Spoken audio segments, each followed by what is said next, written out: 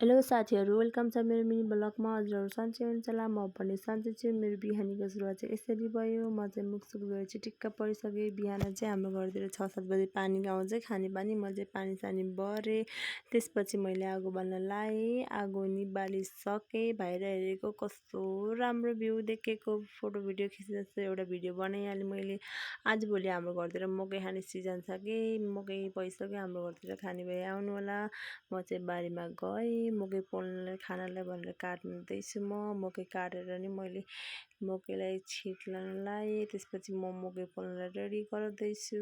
म चाहिँ एकैचोटि दुईटा काम गर्ने भनेर मैले दाल पनि बसालिदिएँ। यता मकै पनि पोल्छु, उता दाल पनि बसाल्छु भनेर मकै पोलेँ, दाल नि बसालेँ। त्यसपछि मैले मकै सकै पोलिसकेँ। त्यसपछि मैले सबैलाई दिएँ। हाम्रो घरमा चाहिँ मकै चाहिँ एकदम मिठो मान्छौँ कि सबैले। हामी सबैले मकै खाइहाल्छौँ कि बिहान नास्तामा मकै खायौँ हामीले। त्यसपछि म र हजुरबा चाहिँ गफ गर्दै खाइरहेको छु। जस्तो आयो त्यस्तै भिडियो बनाएँ। सबैले मेरो भिडियोमा लाइक, कमेन्ट, सेयर, सब्सक्राइब गरिदिनु होला। म चाहिँ मकै खाइसकेपछि डौरे केलाउँदैछु। डौरेको तरकारी बनाएँ। हामीले खानासाना खाएर पनि एक निद्रा सुतेर पनि हामी बारीमा पछि गएको।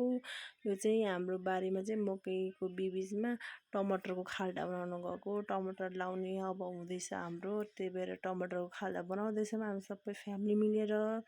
हामी सबैले आफ्नो काम गरिरहेछ। मम्मी मल हाल्दै हुनुहुन्छ भने सबैले अरूले खाल्डा बनाउँदैछौँ।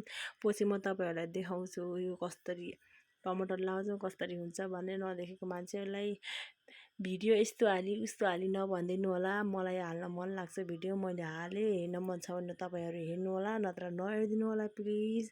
सबैले लाइक, कमेन्ट, सेयर, सब्सक्राइब गरिदिनु होला। आजको लागि यति। लाइक, कमेन्ट, सेयर, सब्सक्राइब गर्न नछुटाउनु होला। बाई।